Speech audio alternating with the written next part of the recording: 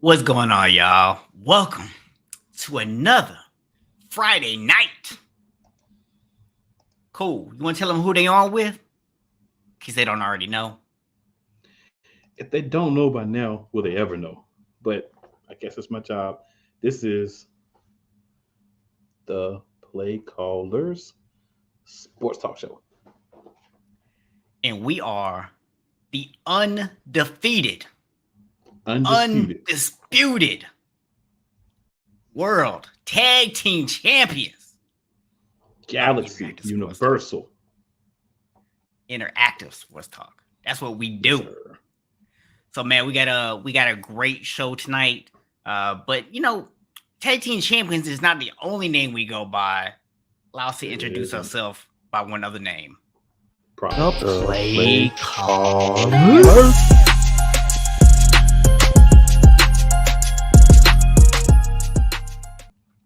Yes, sir. So, like I said, man, great show tonight.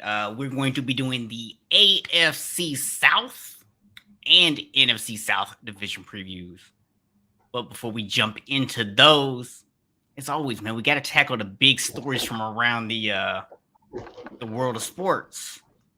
And it might not be a bigger story right now than the news that came out the other day. Serena's retiring, man. So what are your thoughts? Serena will go down to me as the greatest female tennis player by far of all time. Her and her sister just did so much in my opinion, for tennis. You know, they just, I mean, Dad had a lot to do with it. Shout out to him, because if you don't have someone supporting you, you can't be what they became. Right. But she's just, so dominant. You know, when you think of tennis, period, you think of Serena Williams, and that is the biggest accomplishment that you can say. Like you talk about the best of all time, the greatest of all time, you have to at least consider Serena Williams in that conversation, or it's not a legitimate conversation. Fair enough. So I mean, she just meant so much to not only the sport, but also to a lot of people that look like me that had kind of never played tennis or didn't have a lot of interest in it. Sort of like what Tiger Woods did for golf. She was big. Her and Venus as well were big for that in the African American community. So that's another huge accomplishment, because that's something out of the ordinary. So she just meant a lot to the community. A lot to her neighborhoods, California. There's just a lot to people around the world, man. She's been like the standard bearer, one of the best of all time, in my opinion, the best of all time in tennis. Honestly, men's or women's, just so dominant. Yep. And the way that she announced that she was going to be leaving, typical Serena. She's not a person that's really ever been like there for the attention. Like, she loves it. She doesn't shy away from it, but she's not there solely for the attention. She's more there for the love of the sport. So I think she's shown that throughout her career. I mean, it's time. I mean, you have a daughter, she's getting older, married, you kind of want to do other endeavors. And, any sport, it takes a lot to train and get ready. So I think it's a great time for her. And I'm very excited for what comes next for her. Yeah. Yeah. I mean, I know that there were a few people kind of putting out there saying, oh, she kind of lost a step or two anyways, and she was declining. And while that might be true, it's not as if she had like completely fallen off. She was still playing at a very, very high level, a lot higher level than most people will ever achieve. So while she might not be going out on top, she is far from going out on the bottom. So, a lot of respect for what she's done, especially in a sport that, as you pointed out, typically has not had any real presence by African Americans in it. And so for her to be able to come in and dominate and be able to bring what she brought to tennis, overcoming those odds, and actually really, even on top of that, a sport that a lot of times men, like most sports, get most attention. And she was able to be a superstar not a female superstar, but a superstar in that sport. So, got to give her love. She earned it. Yeah, definitely. That's a woman who should get her flowers right now, this moment. Before we proceed, man, I do have to go and get into full character here. And seems like a good time to remind people about one of our sponsors, Fanatics.com. It's where I got this hat from. If you want to support the show, we have an affiliate link down in the description. Didn't cost you anything extra to use it. Helps you to support the show by putting a little money in our pockets. So go to Fanatics, get your hot gear. All the NFL stuff is starting to drop right now. College football stuff is starting to drop right now. So go get you some new gear for the season. Make sure you use our link. Support your boys. That's all we ask. Definitely. So some interesting takes on this Deshaun Watson thing too, real quick, man, that we'll touch on. The Browns decided to go ahead and play him tonight. Why wouldn't they? Well, a lot of people are saying, hey, he's not going to be there for the first game. From my understanding, and now, I'm not a legal expert, so I'm just going off of what other people have said. But from my understanding of what I've been reading and seeing is the only thing he's going to be able to appeal is if the NFL tries to extend it out. So he's going to miss these first 6 games regardless. So why are you giving him this playing time instead of getting Jacoby Brissett out there and getting him those reps? That's my question. Well, I have an answer for you, actually. So I saw an interview from Roger Goodell himself, who said that the NFL has the right to appeal the decision, as well as the NFL's Players Association or Deshaun Watson, and the NFL is exercising that right. So he could appeal if he wanted to for lesser games. He's just been advised by the NFLPA and probably his own team of people as well. Just take the 6 and let's move on. If they try to go above that, the NFL does its appeal and goes above that, he has the right to say, hey, I had an original appeal of 6 games. So from what the words from Roger Goodell's mouth himself is that under the new collective bargaining agreement, the player or the league or the NFLPA on behalf of the player have the right to appeal whatever decision is come to. And the NFL is exercising that right. My issue with it is they said they wouldn't. So I have a problem with a league that says I want, then we go back and say we will. And the fact that he tried to bring out all his egregious actions and blase this and blase that. The bottom line is this to me. Whether he did it or not, because I'm not here to bring judgment. I'm here to say that he was not convicted of anything. Clearly there was something there that conduct should have been different, but I'm not going to try to lean to the side to say what he did or didn't do because I wasn't there and there hasn't been anything proven. So if you're going to bring accusations against someone, you should be able to prove those accusations. And we've clearly seen that that's not been the case. What I'll say is simply this in regards to why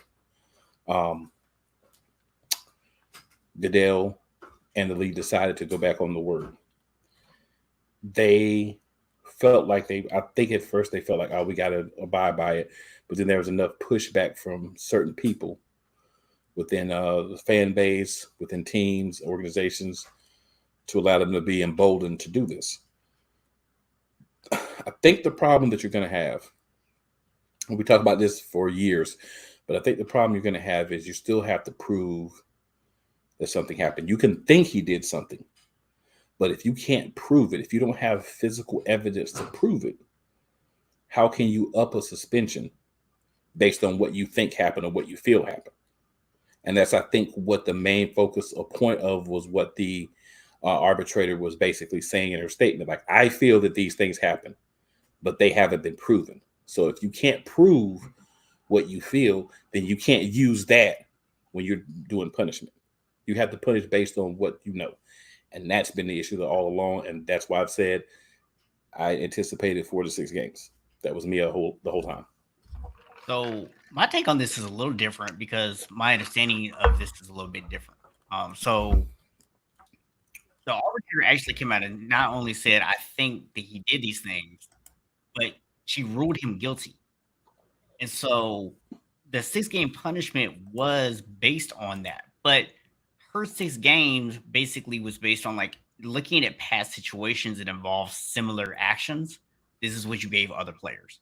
This is what I think is a match for what's already been out there. And so that's why she gave the 6 games. It seemed like she wanted to do more, but she kind of felt like she had to stay in line with what the NFL had previously done. Correct, so, because what he was found guilty of, though, was conduct detrimental to the organization and the team, the league and the team, not of the act of, coercing or forcing these women into sexual acts. So that's a point as well. Yeah. So the NFL obviously, originally said they weren't going to appeal it. They decided to. Deshaun Watson's teams already passed on that opportunity to appeal the 6 games. So that kind of goes back to my point. Is like, yes, we'll talk more about once the NFL actually comes out and makes a decision on if they're going to give more games. We'll have that conversation then. But my thing is, he's missing the first 6 games. So why not give Jacoby Brissett this opportunity to go out there and get these practice reps? That's, to me, the thing that doesn't make a lot of sense. Well, that's all I'm really saying. But on the converse of that, we know that the quarterback of the team, who they want to be the quarterback, is Deshaun Watson. If we know he's going to miss 6 weeks at least, and we don't know if he's going to be able to practice with the team or get any reps during that time in the facility, wouldn't it make sense to try to get him some reps now with the new team that he's never played with before? All new receivers, all new line, all new everyone. This is the opportunity to try to get him some reps too, because again, he's your guy. And as of now, he's only going to miss 6 games. So he does need reps too. Yeah, I don't know that he needs the reps quite as much, but I mean, it's the end of the day, it's their team, right? So we'll let them do what they want to do with that. So we do have 2 of our guests who are ready to come on now. Our third guest is actually there, but they're not on camera just yet. Oh, actually, I see them coming on, so we'll go and get them ready to go. So you ready to go ahead and kick off this AFC South preview, man? Let's go. Let's go. What's going on, fellas? Welcome to the show. Well, we got 2 of our AFC people, sir. What's going on? And what about NFC people early? No? Oh, yes, we do. You're right. I wasn't even paying attention to that. That's what I'm here for. Somebody sneak in on me. All right, so I'll fix that. You go ahead and introduce everybody, and I'll get that fixed. Well, I'll just simply slide this in there. As I've done the past couple of weeks, we have the NFL Matchup Madness that's coming. It's going to be on Tuesday nights. It's going to start at 9 p.m. Eastern Standard Time. We're going to basically be following the NFL schedule. So if you go to NFL.com, pull up the Week 1 schedule. The first game you see on there is the first game we'll be covering. Second game you see on there, second game we'll be covering, so on and so forth. So that'll be kind of the way we're doing that. I'm very excited for this. This is our first year undertaking such a task. I appreciate all of the people that are being part of this production. My co-host is going to be coming on here in a week or 2 to be introduced, and everyone else that's a part of this. This is going to be like a community for me. Like, this is a whole bunch of people that love teams, that cover sports, and that have knowledge. So I appreciate the 2 gentlemen that are here right now, and I'm not going to introduce them. I'm going to allow these gentlemen to introduce themselves. And we'll start with you, Mike. All right. Well, my name is Mike Patton. I actually live in Nashville, Tennessee, and I have a podcast called Touring the AFC South, but I really go around on all the teams. However, I will be here talking about the Tennessee Titans, the reigning AFC South champion Tennessee Titans. I saw Matthew's face when you said that. Talk to us, Matthew. Let us know who you are, man. I am Matthew Briggs. I also have a AFC South podcast called AFC South Fan Battle, which led to me where I'm at now with the Texans Fan Battle. I cover the Houston Texans, who split with the AFC South champion, and also have more championships than the Tennessee Titans. But that's another story, another time. Throwing shots already. I love it. It didn't even occur to me when we were bringing these guys on that we have the old Houston team and the new Houston team both represented here. Yes, we do. Sir. Right. Yes, we do. All because of Bud Adams. Might be a Oh, little boy. This might get a little Good personal old tonight. Bud. Guys, Boy. what we're doing is we're going to go through all 4 teams of the AFC South, and we want to get your thoughts on those, including obviously your own teams. So let's actually go ahead and start at the bottom of the division based on last year's standings. So that was the Jaguars, correct? That is correct. Yes. So let's start with the Jaguars. What are you looking for from the Jaguars in 2022? You want to go first, Matthew, or you want me to go first? I'll let you go first on this one, and I'll take the next one. Yes, sir. Go ahead. Oh, I think it's going to be the same thing as last year. I think they're going to be the bottom of the division. I don't see no more, maybe 4 games. I don't see them beating anybody in the division. Yeah, they got some players, but I mean, it's Kirk really a number 1. Ingram hasn't really done nothing since Manning's left. And there's a big question mark on the rookies. I think Lloyd is probably the smartest pick of where they picked him at. Walker was kind of head scratching, but are they building blocks? Yes, but are they there yet? I don't think so. All right. Give you my thoughts on them.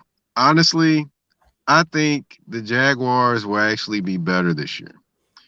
The one reason they will be better this year is because Doug Peterson is the coach and not Urban Meyer. Right. You have a grown-up in the room now. So they will be better because of Doug Peterson as the coach. Also, what I would say is Doug Peterson is going to help with the quarterback play. Of course, he definitely did some things. He made Carson Wentz look like an MVP. So there you have it. That's all I'm going to tell you there. As far as offensively, looking at their team, they do have a couple running backs in ETN and James Robinson that can get some things done, provided they stay healthy. Wide receiver room, of course, you don't have number 1, but you have a bunch of number 2s and 3s. So, and one guy to keep an eye on is Evan Ingram. 1-year deal, $9 million, has the potential. Now, that's the key word, potential, to be a all-pro tight end. Now, does he live up to that? That's where the room is to kind of gets a little fuzzy. Right. But as far as defensively, I'll give you Allen and Josh Allen and Trayvon Walker have the potential to be one of the dominant duos with their talent, potentially in the AFC. I'm going to put that out there. Anybody can tell me I'm wrong. Hey, it is what it is. Hey, I'm throwing it out there. Now, the secondary, I would say, is still a little questionable. Linebacker core, pretty solid. They got Laquan from Atlanta.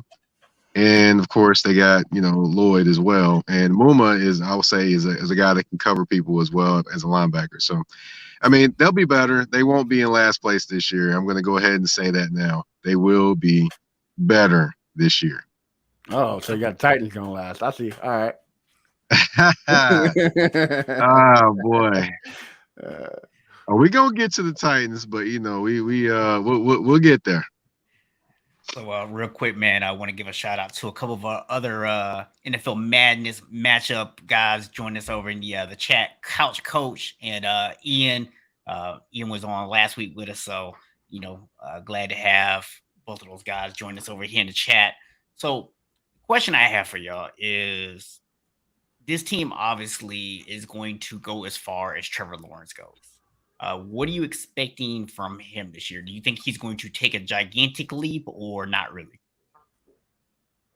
I don't think it's like comeback player of the year or MVP type, but I do say he takes a pretty big step, not gigantic, but I can see probably 35, 30 touchdowns and 15 interceptions if the receivers are actually producing for him. My thinking is I'll give him at least a 2-to-1 ratio when it comes to touchdowns and interception. I'll give him at least 24 and 12 interceptions. But if I had to pin anything, I'll say 25, maybe 12 interceptions, maybe a couple rushing touchdowns as well, because we can't overlook he does have sweet feet every now and then. So we'll give him that. But other than that, yeah, 24 and 12, 2-to-1 ratio, that'll definitely a sign for improvement for him. Okay. Doesn't really sound like kind of numbers I'd want out of a number one pick, but I don't think he'll get those type of numbers quite just yet. He's still building. You got to also still give him a mulligan because he was playing with Urban Meyer, who was too busy trying to be a pimp in the club instead of being with the team. Right, and he's never out in the club. He never had a legit OC either. I mean, if you weren't following that team, you couldn't name me the offensive coordinator last year for the Jaguars. So you never had a guy. Well, we know who he was, but we know who he is, but we don't want to talk about that guy because he kind of failed in a couple other places, and he was Brett Favre's buddy. That's why he became the Minnesota Vikings offensive coordinator when Brett Favre was there. I'm talking about Darrell Bevell, for folks that don't know. Right. But yeah, that's who their offensive coordinator was last year. Right. A lot of people don't know that. They like who? So exactly. I knew, but only because I'm a 49ers fan. I know him from his days in Seattle, so that's the only reason I knew who he was. But yeah, otherwise, he's very valid point. He's not a very good one, in my opinion. But no, that's just me. Hey, it's not very good at all. You guys at all. I find it amazing that I hear somebody talk about how the Jaguars are going to be better now that they have an actual head coach. It's like someone else has said that before on this very show. That would be me. So I appreciate the fact that, someone that actually is in that division, sees everything, knows everything, also understands, and I feel like they're still going to be last, but I feel like they're going to win 6-7 games. So I feel like they're going to be better than they were last year by multiple games. They might even slide in an 8th game. You never know. But I feel like they'll still be one of the bottom 2 teams in the division. But I do feel like they're going to close the gap a lot with him there. As long as he's motivated, Doug Peterson's fine. The problem comes when he wants to promote all the guys that don't do well under him to coordinators and different things. That's when he gets ran out the door. So hopefully he's learned from that. Or when his great coordinators get jobs elsewhere, like in Indianapolis. Yeah, that hurt us a lot. And I will never forgive that jerk that took the job and then quit before he started. Josh I'm not going to dignify him by saying his name. I'll allow you to say it. I won't even say his name anymore. But yeah, that guy. I'm sorry, on the Texans. Before we move on to the next team. And to me, one other thing I want to say real quick. Okay. The depth chart, at wide receiver, for the wide receivers that they're going to be starting, Marvin Jones, Zay Jones, and Christian Kirk. These are not names that make you say, oh, man, those guys are great. But they are 3 really solid guys. What's interesting is Christian Kirk got a big contract, but he's still going to be the slot receiver. Yep. That is paid true. him a lot of money to be a slot receiver. Time out. I don't think he actually may be the slot receiver, to be honest. I think Zay Jones is actually still going to be the slot receiver. Because that's where Zay Jones played in Las Vegas, actually. Mm-hmm. And that's where Zay Jones is the left. Yeah, they have Zay Jones as the left. And that's what they have on the chart. Honestly, I really wonder if they're going to trade Shenault, to be honest, because he's like the odd man out at this point with all the talent they brought in the wide receiver. Mm-hmm. True, because they brought in Treadwell, who's pretty decent as well. So yeah, that is. Treadwell's been there. He's been there. It's his 2nd year there, so he's kind of been a low liar on their roster. But for some reason, they like Laquan Treadwell. I have no idea why they like him, but they like. You also got Marvin Jones still too. So yeah, definitely. That's a sleeper. Yeah. So just highlight a couple of the comments we had here. So Ian does predict 33 touchdowns and 15 picks for Trevor Lawrence. And our guy Easy E wants y'all to know that Urban's just gotta have his downtime, man. It just happens to be in a club with dark shades on. So Yeah, he was a little touchy in that downtime. Yeah, a little knuckle deep there. He questionable. He should have been playing it. Please excuse my hands doing that interaction. Right. So man, so moving on along here, man. Matthew, I know you got a lot to say about this next team, the Houston Texans. You want? I went last time. You go ahead, Mike. I'll let you, so I can tell you you're wrong about everything. So you go ahead first. All right. As far as the Houston Texans, there's a lot of questions there. I do like Brevin Jordan to take a step up at tight end this year. I do actually like his talent at the University of Miami. They do have the best wide receiver. To me, they have the best wide receiver in the AFC South in Cooks, Brandon Cooks. Yes, so I definitely could say that. But then if you look at the rest of the team, I'm not sure what's going on offensively. Davis Mills, I've got to see more out of him before I can say he's the guy. So there's still questions there. Running back room, you got Marlon Mack, you got a guy you drafted, and you got a few guys mixed in there. You got Rex Burkhead as well. So it's kind of you're still trying to figure out things there too. So it's still a lot of guessing games there. Offensively, of course, still trying to figure things out. And you got Mr. False Start himself, Laramie Tunsil, still out there. He's still there. Defensively, I don't know what to make quite yet of the pressure up front. We'll see what happens if they're able to create a lot of pressure up front or not. I know Lovie Smith will come up with some things. And I definitely want to see what Stingley does, especially since he hasn't really produced the same way since he was like a freshman or sophomore in college. So that's kind of a little interesting to me. I do like Petrie, though. I do like Petrie, though, as a safety. So we'll see what happens. I honestly think they have less wins than the Jacksonville Jaguars this year. I gave them 4 wins this year. Bro, come on, man. Come on. I'm just saying. That's what I see. Kill me. I'm not hating on your boys. I'm just saying. I get you. I get you. I mean, we slept them last year and got better, but I get you. It's all right. That's okay. Everybody has, their own opinions. So, yeah, what did Mike get right and what did he get wrong? Well, there's a big question mark. But the good thing is, before training camp, every writer, every sports commentator had the Texans dead last. Now, if you look at the rankings, they're slowly climbing after training camp. They're like 26th, 25th, which is a good spot for them. Davis Mills was the second best rookie behind Mac Jones over there in New England. You can argue if he went to New England, if the roles reversed, he would be the number one. I gotta agree with you. The running game is scary, but from what I've seen at training camp, Damien Pierce looks like a beast. The best hands in the backfield catching balls. His screen play is amazing. They're talking about him being the starter. I love it. Guy from Florida didn't get a lot of touches. I think he had only like 80 or something throughout his whole college career. So he has a lot of tread on the tires. So that means, fresh wheels. Mac and Rex Burkhead kind of show him the ropes. And, man, the receiver core, like you said, we got the best one in Brandon Cooks. I think if Mills can produce, I think he'd be a top 15, top 12 receiver this year. This is up to Mills. But after that, it's a question mark. You got Conley. You got the second year Nico Collins, who everybody is ranting Ravens, saying he's stepping up. The big loss is having John Metchie having a battle with cancer. That hurt us big time. Yeah. But I agree with you, Brevin Jordan. I think he's going to be a beast. They're also saying Prayer Brown's having a great training camp.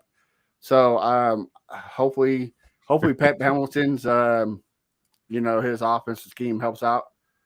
Offensive line, Tunsil and Howard both are ball starting machines, but when they're not ball starting, they're keeping the quarterback safe. So I'll take it. Green, our right guard, is out for a couple games, but we got Can, who I think is a sleeper of the pickup. He helped James Robinson destroy it down there in Jacksonville, so I think that's a great one. But moving on to defense, I think we had Jonathan Grenard had 7 sacks, but missed like 9 games. If he can stay healthy, I think he hits the double digits. You bring in Green from Seattle, Hughes and Anderson from or Addison from Buffalo. I think they rotate and just cause pressure. The biggest draft pick I love was Kristen Harris out of Alabama. That guy is everywhere. He can coverage. He can get in the backfield. Like the dude's going to be. I predict defensive rookie of the year from either him or James Petrie. Like you said, Petrie is dude can tackle anywhere. To me, he reminds me of what was his name? Peanut Tillman from Chicago. He can be that type of player who can just tackle you no matter where and pop the ball out. And Stingley, they're ranking and raving him at training camp. That's the only thing I can go off of. He's the only one to pick off Mills twice. So I know it's training camp. Nothing to get my hairs excited for, but it's something. So, but they said that he's a lot better from before he was hurt. So that's just a good sign. But yeah, I don't see us being world beaters. I don't see us fighting for the division title. But we have more wins than the Jags because I say they have about 4 or 5. So I say the floor is 6 or 7. The ceiling's 8. But I don't see us fighting for the division at all. Okay. And plus, like you said, you had Doug Peterson for the Jags, but you have Lovie Smith for the Texans, who also been to Super Bowl. Just ran to a beast of Peyton Manning and is a defensive guru. And Pat Hamilton helped Andrew Luck, helped Justin Herbert. Now he had Money Mills, baby. It's going to make it rain. So I'll take it. I'll say this I'll give you this about Conley, though, which I find is funny to me. Because I watched Conley when he played Jacksonville, too. So, he just kind of just skipped over to Houston. But Conley got one route. He going to give you one game where he going to beat you over the top. Ain't nobody going to be able to catch him. He's got that one route, and he's going to get you one game. But he you can't do it consistently every game. Right. You can't do it consistently every game. That's the biggest thing.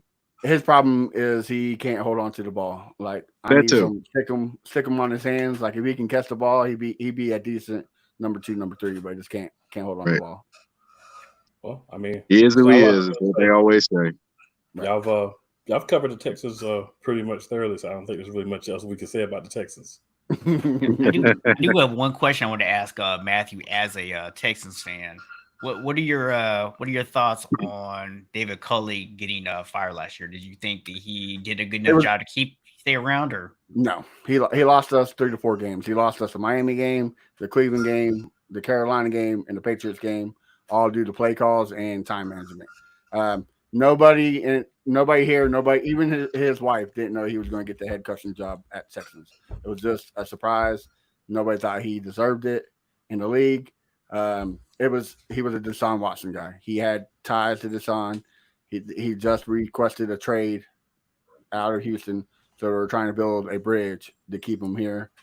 It didn't work. He got paid $33 million. I mean, it sucks, but sometimes it happens in the NFL more often than not. Can I say something on that one? Go ahead. Yeah, definitely. I think it was a pretty much a shaft of a season, basically, having him as the head coach.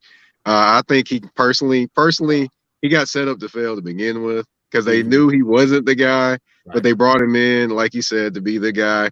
And then when you got a general manager giving you critiques on what plays to call and things like that, I think the general manager, deserves just as much blame as the head coach does for those calls, not just on him. Oh, I agree with you too, and I'm not a big fan of Tim Kelly of the run screen play call he had while he was there too. So it's all over the board. But Smith was actually offered the head coaching job first, and Lovie said no, and that's when David Culley got it. And of course, Culley was going to say, "Hey, yeah, let's do it." So I'm just glad I have Lovie instead of Josh McCown. So I missed the boat on Man, that one. if y'all hired Josh McCown, man, I would have been like, look, can somebody take this team from this man?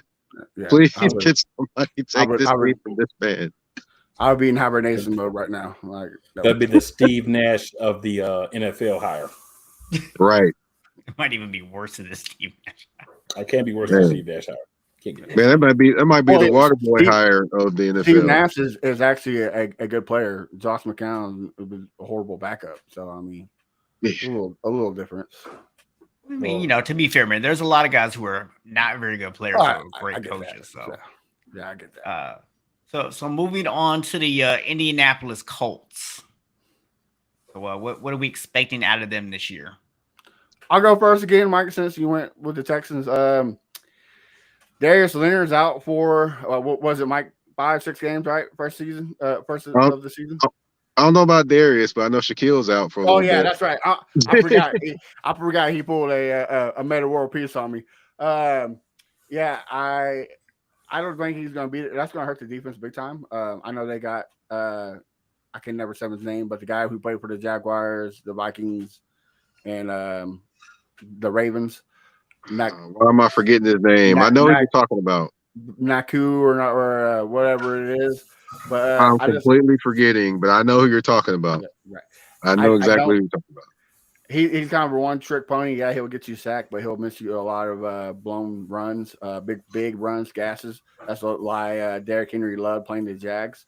But the big question mark is, what Matt Ryan are you going to get? Are you going to get Matt Ryan of MVP caliber or Matt Ryan of late? Yes, he hasn't had the pieces of receivers, running game, or offensive line, and you somewhat got that. Yeah, you got Michael Pittman, who to me is a question mark of a number one receiver. He had a good year last year, but who knows? He was the only person who was really throwing him and Jonathan Taylor that Wentz was throwing to. But that's another one, Jonathan Taylor. Dude's a beast. You got to call a spade, and he can do everything, run, catch, everything. So, to me, he is the second best running back right now in the division. But I got them. I don't got them making the playoffs because the AFC is so stacked. Like, every division is stacked except ours. So, I got them going 8-9, 9-8, missing the playoffs because it's stacked. It's not going to work. All right.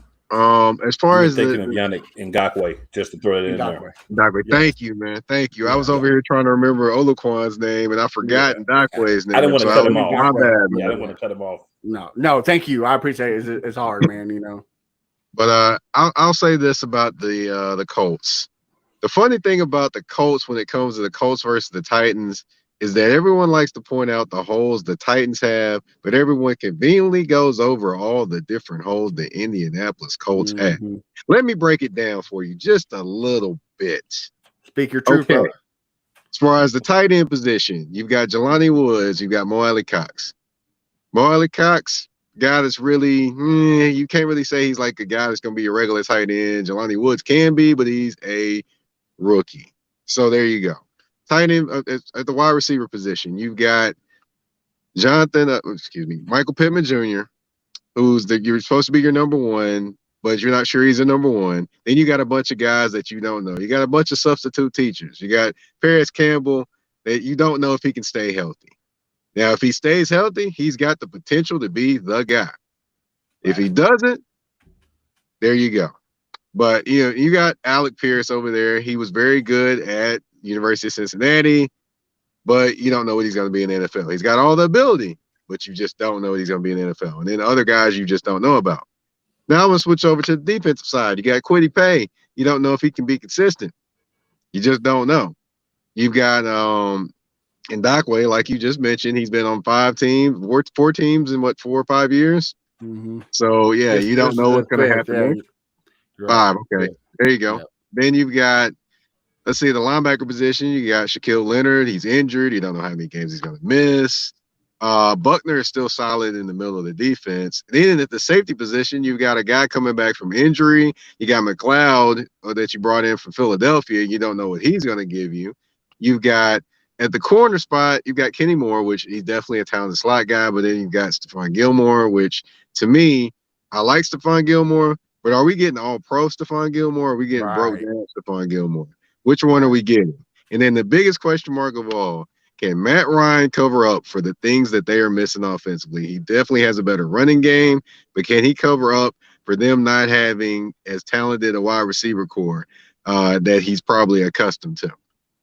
And you also forgot they haven't had a great left tackle since Constanzo left. Yeah, exactly. Eric Fisher was definitely missing in action. He wasn't Eric Fisher. He was more Bobby Fisher. Yeah, he was a fish in the water for sure. Yeah. But even with that, even with this though, I know I've been saying it sounds so terrible for the Indianapolis Colts. I still would give them 11-6. As bad as it sounds. So we got a couple of takes over here in the chat. So Ian also has them going 11-6, but thinks that will be good enough to actually win the division. That's what I got too. Okay. So Chris says he's actually going to give the nod to the Titans because the Colts are going to fall off in December like they always do. Big thing, Steven. Big thing, Steven. They don't play Jacksonville in December this year, I don't think. So that might be a huge thing for them. I think it's like week 2, week 3. Yeah. So so if they lose, it's going to be early in the season in Jacksonville. Well, you got to remember this as well, though. Matt Ryan has a propensity to be Carson Wentz-like at times and lose big games or important games. You know, like that's true too. The Super Bowl, several NFC South games. So while he is better than said quarterback that they jettisoned, rightfully so after one season, I think you're going to have a similar outcome when those games matter later in the year, and you need your quarterback to win for you. Right. Personal opinion, but me, Sir Limp-A-Lot. Sir Limp-A-Lot is gone. You know that what you mean? Two sprains. Yeah. Yep. Not 2 chains, 2 sprains. There we go. Yeah. 2 sprains. So before we move to Tennessee, I'm just going to show y'all what Ian got to say. So I want you to see these comments before so you can respond to them. So he says, what happens to Tennessee if they lose King Henry again? They collapse just like they did versus Cincinnati? Funniest part is he kind of pointed out that he conveniently went over that they continued to win games and got the number 1 seed in the regular season. But you know, don't mind me giving out facts though. Just don't mind me giving out facts. You forgot the most rushing yards in the whole NFL too.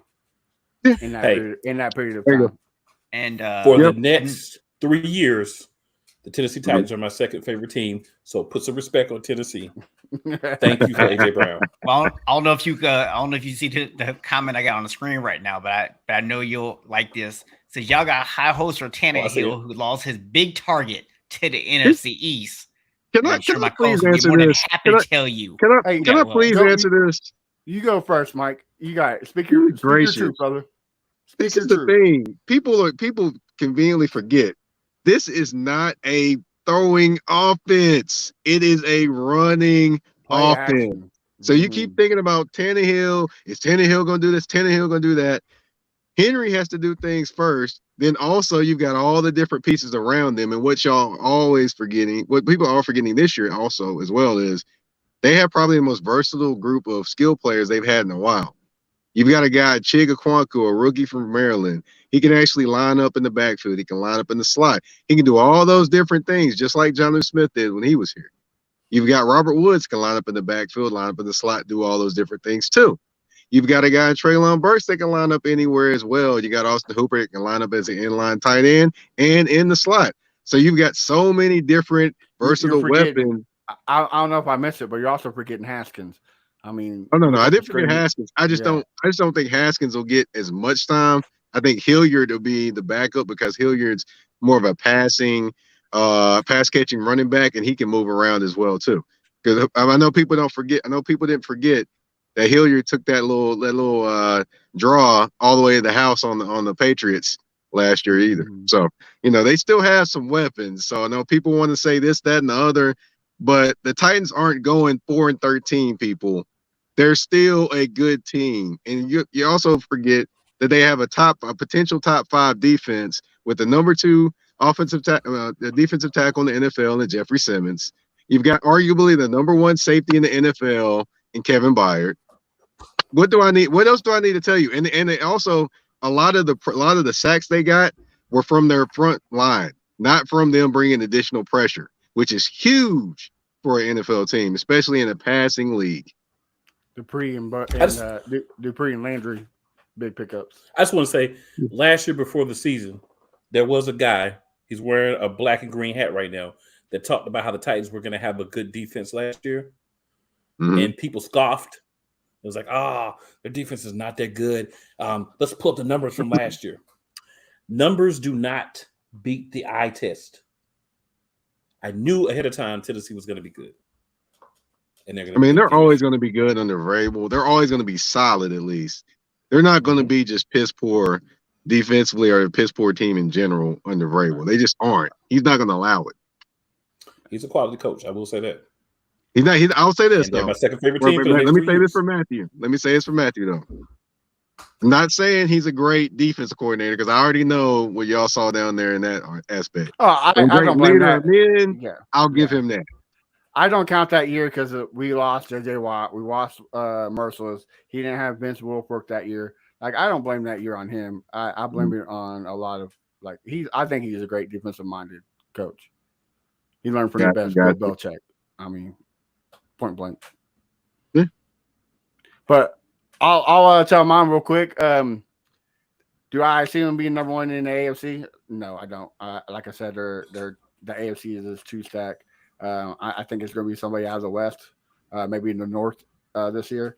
But losing A.J. Brown was huge. I mean, he had a bad year because of injuries, but you don't know about Burks. You don't know what that injury with Woods is happening.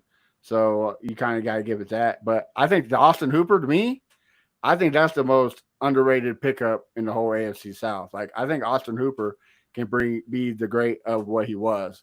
They everywhere he went, misused him. Pease loves the tight end, just like Arthur Smith is. So I think he's going to eat, just like you said, like Smith did the year before. But that defense is too good. Last year I said they are a win now team. That they still are, but I don't think as much with going out and getting Julio Jones and Bud Dupree and Landry. Because those, that experiment, of course, we know didn't work. Julio Jones couldn't get on the field, and when he did, he wasn't Julio Jones. Let's be honest. I mean, he had some great catches and great plays, but it wasn't the Julio Jones that we love and know.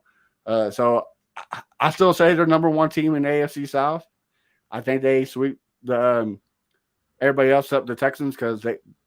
For some reason, they just lose to the Texans. I don't get it. So I gotta agree. They're probably gonna split with the Texans because it's weird how that happens every year, or every other year.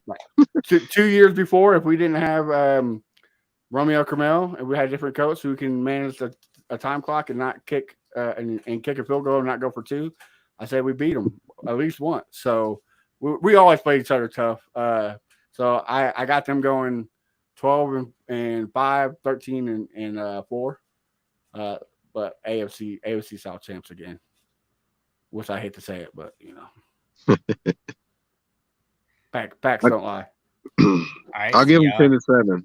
Be honest, I'll give them 10-7. I got the Colts winning the division, 11-6. Because the thing is, the Colts see them earlier in the season before they can kind of get a little bit more in sync offensively with all the new weapons. So that's where I kind of got the Colts. I will say this: I don't, because of this reason. They haven't won a home opener since 2016.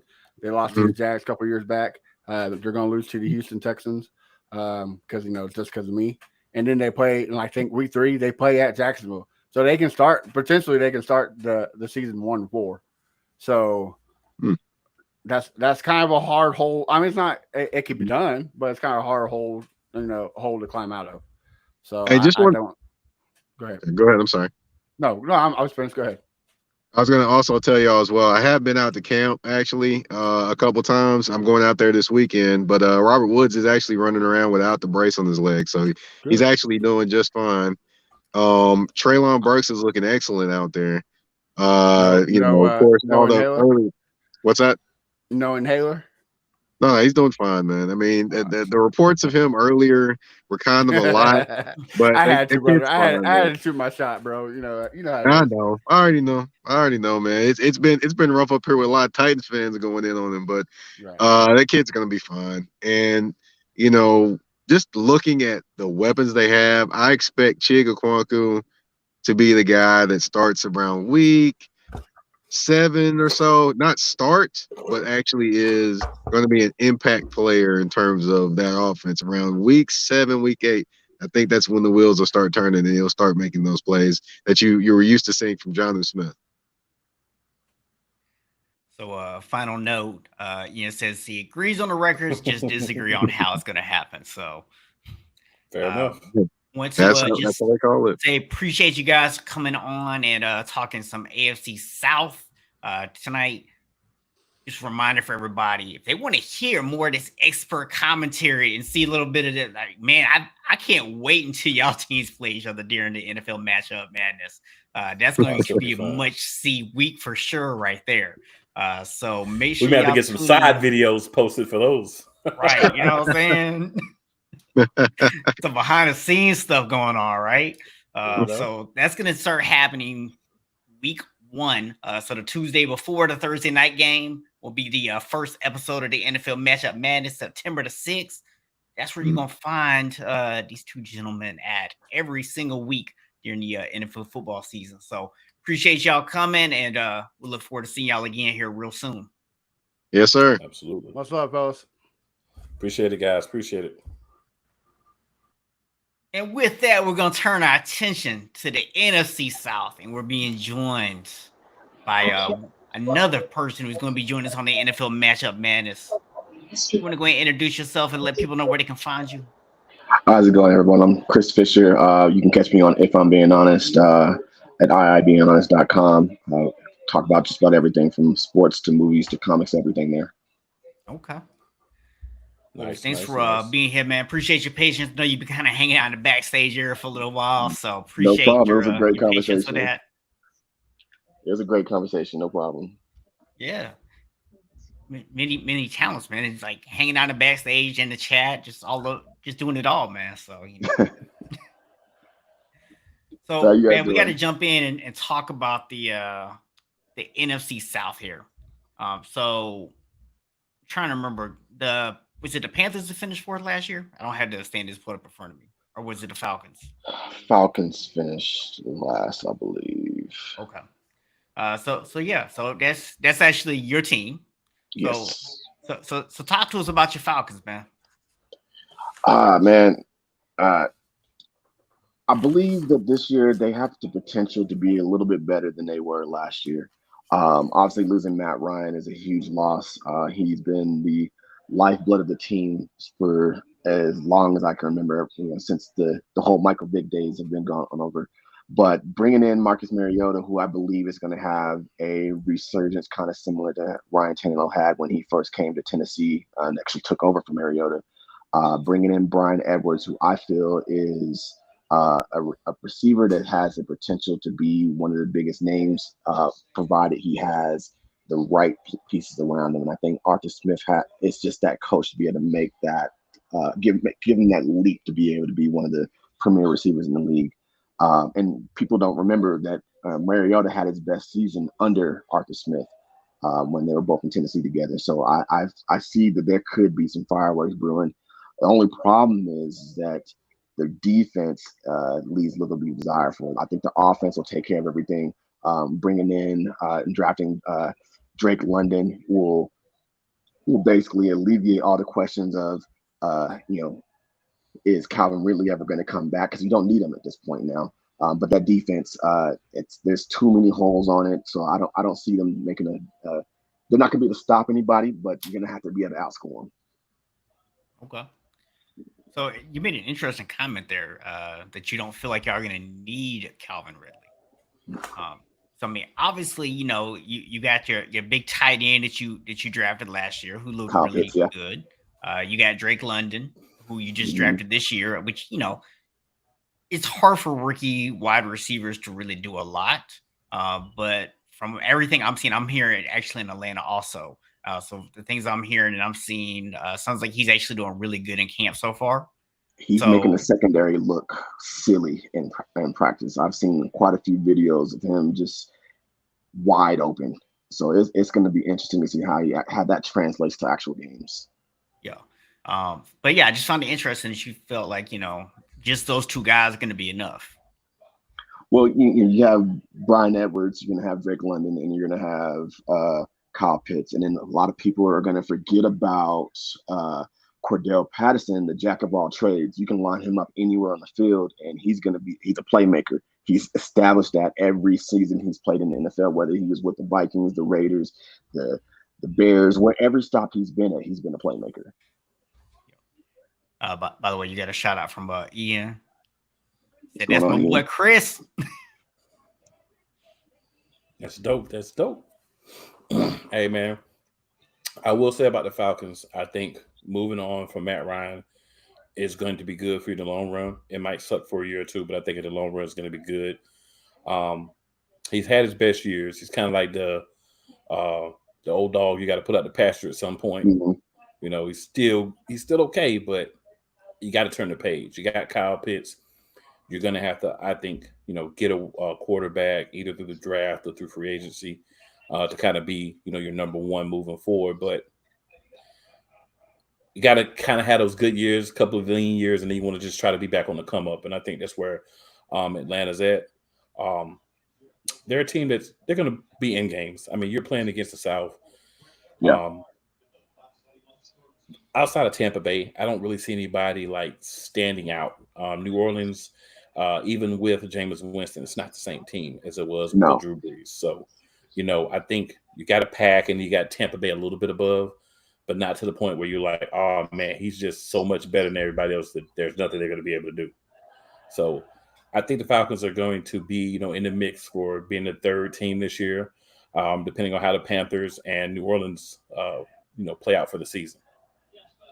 That's what's going to make this season so interesting. Any team can be fourth through first, well, with the exception of Tampa Bay. Yeah, fourth through third, second. I mean, yeah, you're right. I think Tampa Bay, it's their division to lose, but there's so many question marks for every other team in the division that it could be a crapshoot down to week 18. So, yep. Yeah, I mean, and the thing that people need to remember here too is, and I'm not wishing bad luck on anybody in saying this, but Tom Brady's 45 years old, y'all. Yeah. There's no guarantee that Tom Brady makes it through the season, right? I mean, at some point, Father Time is going to catch up with his dude. And so you're talking about a division that's highly competitive where anybody can really take that second spot. All it takes is some bad luck down there in Tampa, and all of a sudden your second place finish now actually becomes a first place finish. Very true. And the thing with just the NFC in general, aside from the perennial that's going to be the top, like you could be an 8 and 9 team and sneak into the playoffs, winning your division, or even for the most part, let's say you get that second place and it comes down to a tiebreaker, you could still sneak into the playoffs just because they have that 7th team now. So it's wide open for anybody in the NFC. Yeah, I mean, people look at New Orleans last year, and I mean, they were okay. They weren't great. That defense was really good, but offensively, they weren't really doing very much.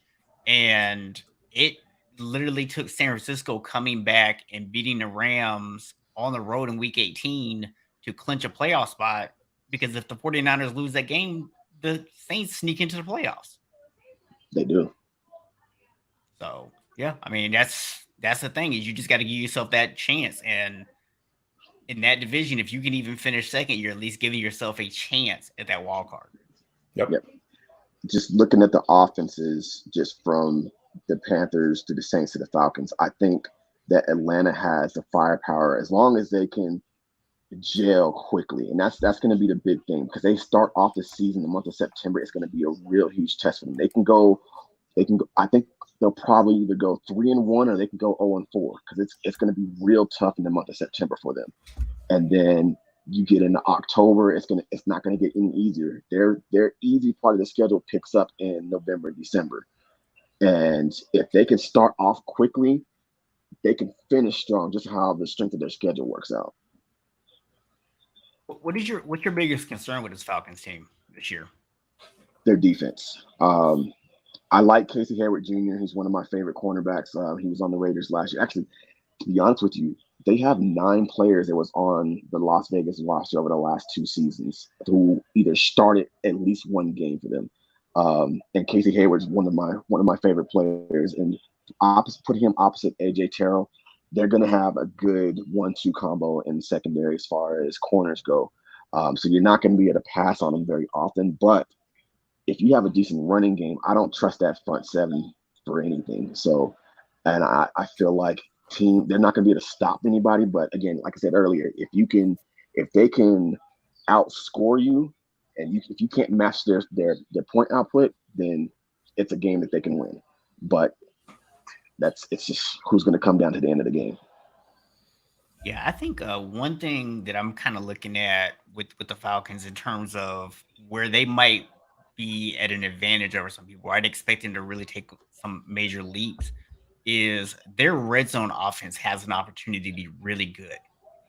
Yes. I mean, you look at Drake London, you look at Kyle Pitts, Alden Tate is a guy that y'all also have, another big-bodied receiver. So you've got a lot of guys who are real big bodies who can go down there and bully people in the end zone. So that's what I'm going to be really curious to watch with this Falcons team this year is what does that red zone offense look like? Because I think this could be a really good red zone offense. It could. And Brian and Edwards, a few years ago when he was drafted, John Gruden called him the second coming of Randy Moss just because how big and sure hand this guy is. So you put him, like I said, put him with Arthur Smith, who is an offensive guru, so to speak, when he has it rolling, man, that it can just be crazy as far as how that red zone works because you don't know, you have to pick your poison at that point. Yeah. So talk to us about the Panthers.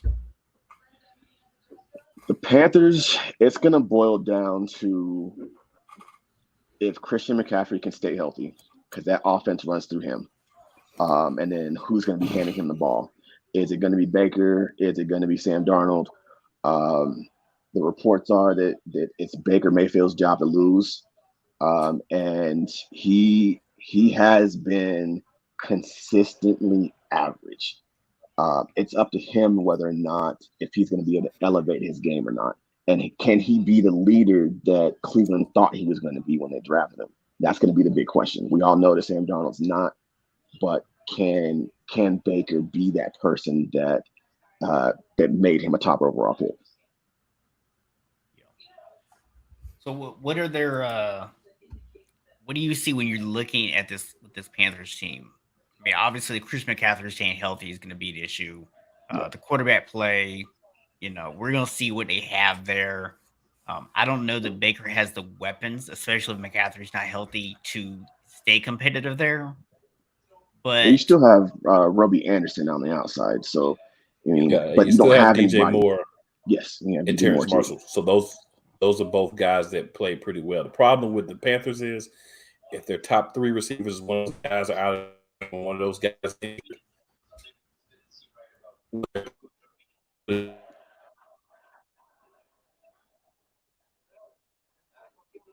Correct. Yeah, but I'm comparing.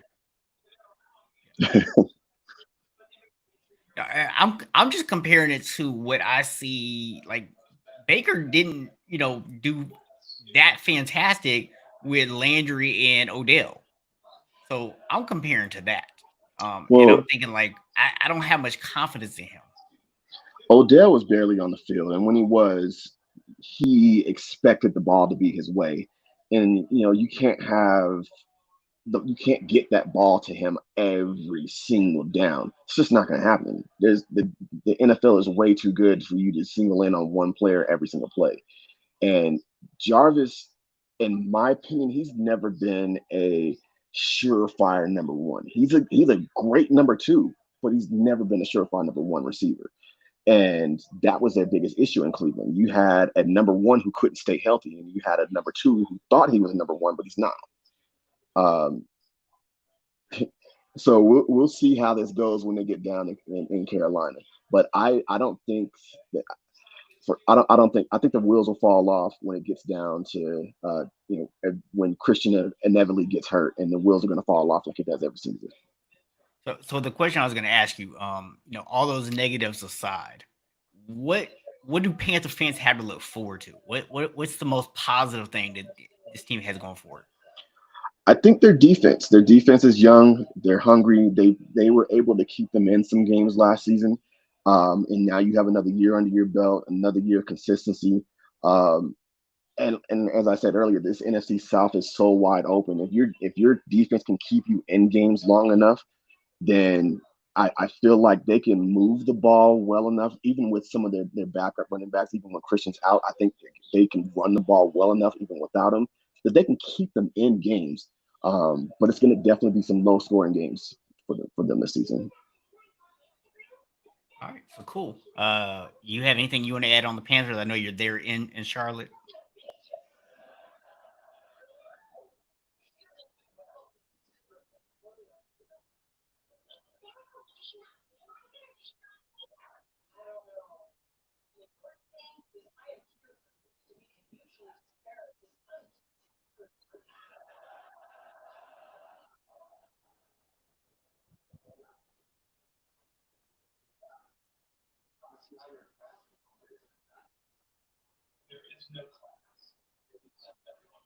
Mhm.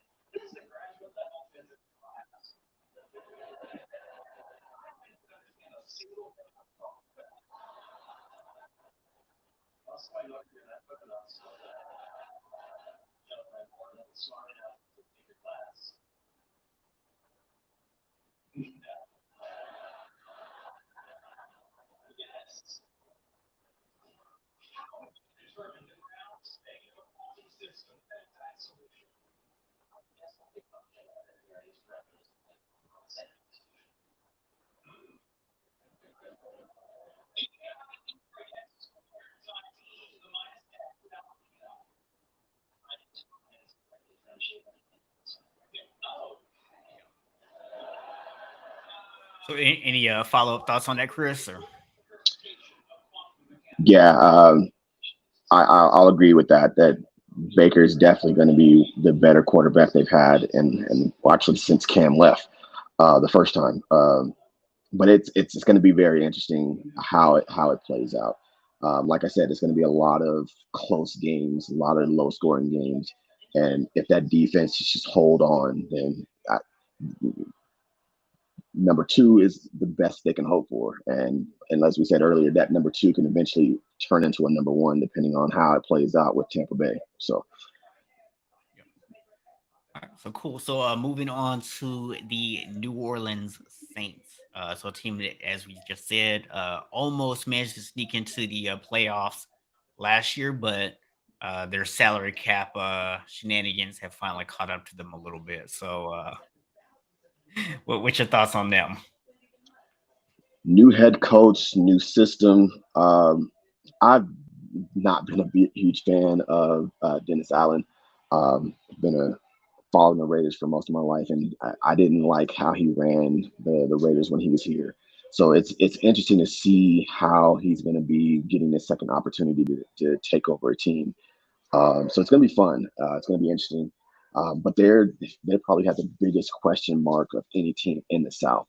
What team are you going to get? Are you going to get a team that is offensive firepower like they have been, or are you going to get a defensive team because Dennis Allen has been that defensive-minded coach? You just don't know. Yep. Yeah, I think it's really weird to me that I'm not hearing a lot of people actually talk about the fact that Sean Payton is gone and they have a new coach. Like, I would expect that to be a much bigger storyline this offseason, but I'm really not hearing a lot about it. You know As what? much as I thought I would, anyways. You haven't heard a lot about that, or you haven't even heard about a lot in Tampa Bay's regards, because for the love of me, I can't think of his name. Their head coach stepped down this year too, so you haven't heard a lot from either one. Yes, Bruce Arians. He stepped down, and you don't hear a lot about either of them. And but at least in regards to Tampa Bay, you still have Tom Brady, you still have Byron Leftwich as your offensive coordinator, and so you know what that's going to be like. You have no idea what New Orleans is going to be like. Yeah, I mean, I think also when you look at Tampa, and we'll get to Tampa here in a second, but you also have the guy who really has been over that defense. And as much as people talk about Tom Brady, we all know that team has gone as far as it has the last 2 years because of that defense. And he's still there. So that really, I think, helps them a lot. Whereas this is really a fresh start for New Orleans. It is. So go ahead, man. Go ahead. You got it.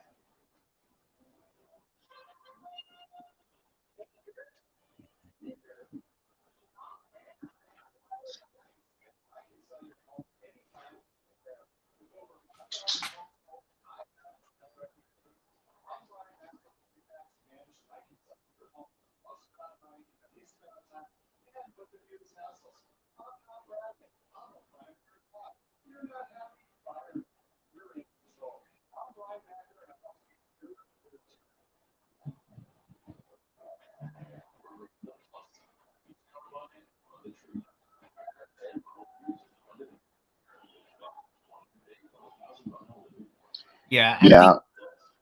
I was just gonna say, I think two big question marks there. One is you mentioned Mr. Can't Guard Mike, who hasn't played in 2 years really. So 2 years, yeah. Are we really counting on him to be able to come back, stay healthy, and have an impact? And then we talked about it last year, but we didn't get a chance to see very many games. How much has Jameis learned from that year he got to sit behind Drew Brees? about being smarter with the ball versus is he going to come out and beat Gunslinger Jameis and throw a bunch of interceptions? We don't know. And we know Jameis can throw the ball. We know he has the accuracy, the arm power. It's just whether or not he has the ability to learn from what his mistakes. I mean, he was a top pick for a reason. So he has the intangibles, but can he put it together? And that's going to be a big question mark. Yeah. All right, so moving on to wrapping on up with the defending division champs, the Tampa Bay Buccaneers. What are your thoughts?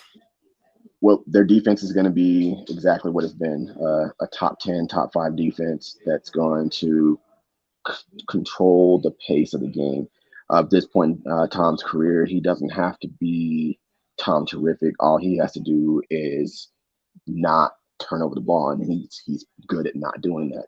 The offense is going to look a little different without his favorite weapon in Gronkowski, but you still have Mike Evans. You still have all those weapons you have down there. And in the addition of bringing in Julio Jones, so that's going to be is Julio going to stay healthy, and that's going to be a good big question going into the rest of the season. I don't see a lot of fall off from them from last season to this season, considering that they still have a lot of that continuity. All you do is you lose Bruce Arians, but you're taking your it's the same way with New Orleans. You have someone who's been there stepping into that chair. So I don't see a whole lot of fall off between how the team was run, but I don't see them going deep in the playoffs. It's just eventually, like we said earlier, that age is going to catch up to Tom Brady, and he's not going to be able to be that catalyst to push that team over.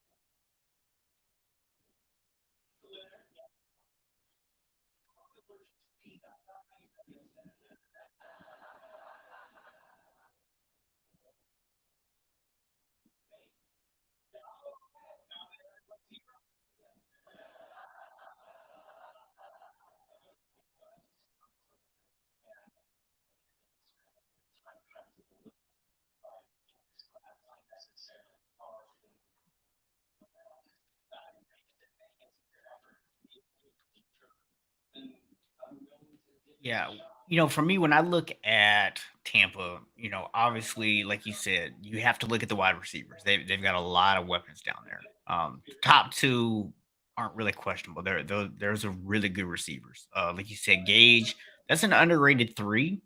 And yes, Julio is washed up. He's not anywhere near what he was.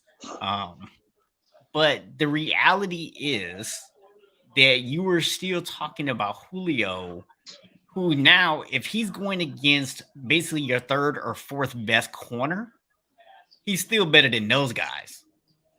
So he's still going to win routes. He's still going to go and make catches. My question in terms of Julio's impact is going to be, where is his impact going to be on the field? Because we know it's not going to be in a red zone. He could never get in the end zone when he was in Atlanta. That was always the knock on Julio. So the thing is, are you really going to be counting on Julio to be your guy in the middle of the field when you have a Mike Evans, when you have a Chris Scott? No, you're not counting on Julio for that. So I don't know how much impact he's really going to have. Like Cool said, I think Gage is going to have a much bigger impact than Julio does. But Julio's going to be the guy that people are going to focus on because he's a bigger name. This could be a Randy Moss to the Patriots in 08 type situation. Because remember when Oakland traded Randy to New England, everyone was saying, oh, well, Randy was washed up. He didn't have the big seasons he had. And for the Raiders, he's not going to be that player that he was in Minnesota when he gets to New England. And what does he do? All he does is set all the records. This could very well, and guess who was the quarterback? This could be that same type of resurgence for Julio Jones. But it all depends on Tom staying healthy because there's no one behind Tom to be able to control that mantle. So,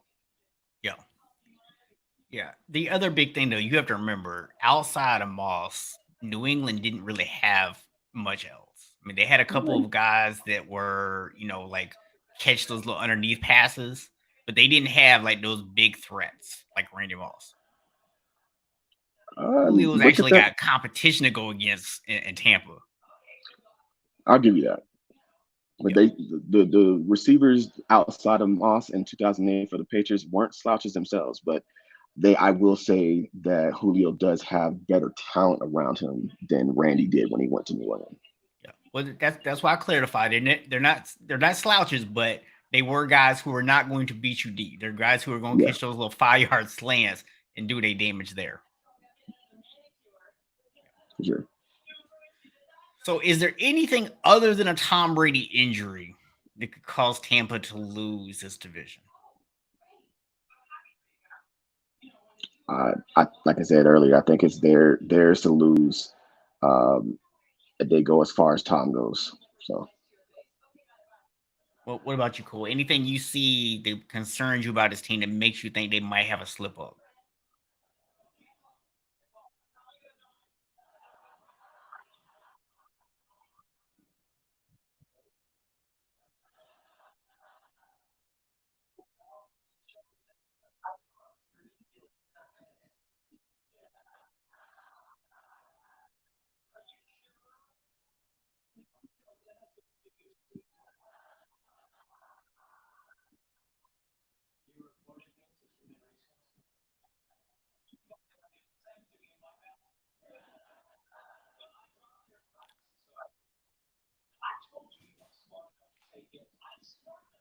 So this is my my one thing that no one's really hardly talking about, and I'm surprised.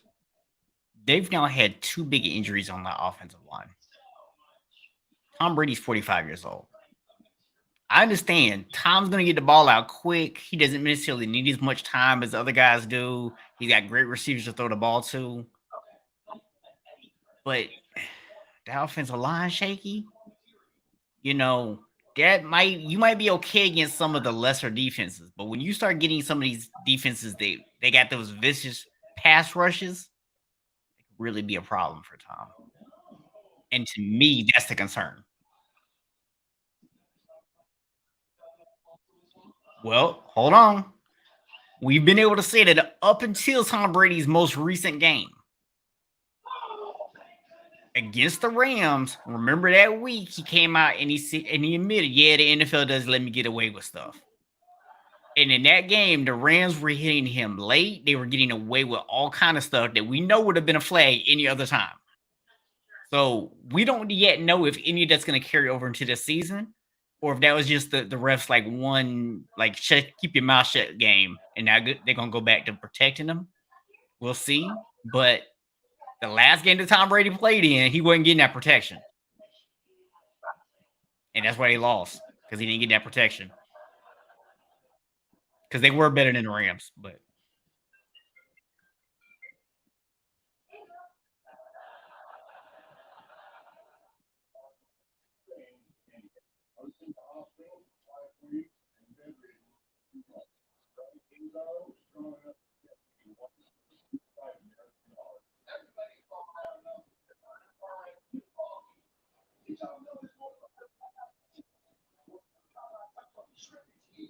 well, listen, man, at 45 years old, man, it might only take one 15-yard penalty in Tom Brady season. So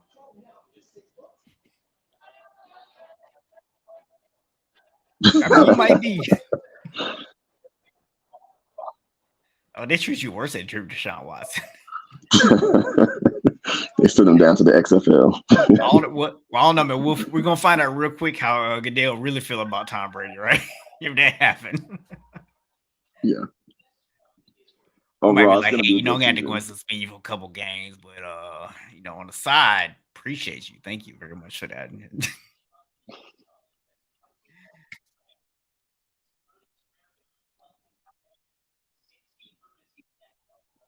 Yep.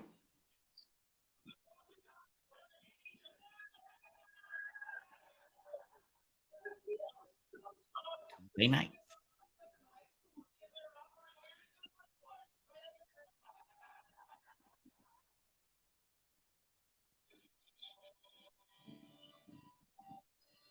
Yep. Yeah, I mean, why would you not just tune in for all the games?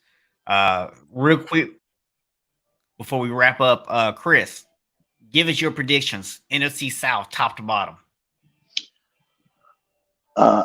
Top to bottom, we're gonna go with Tampa, New Orleans, Atlanta, and Carolina. Okay. I wouldn't even been mad if you made the homer pick on that one, but I respect that.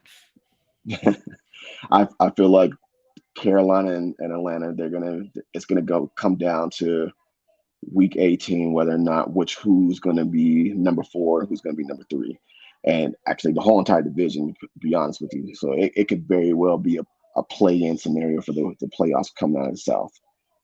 Okay.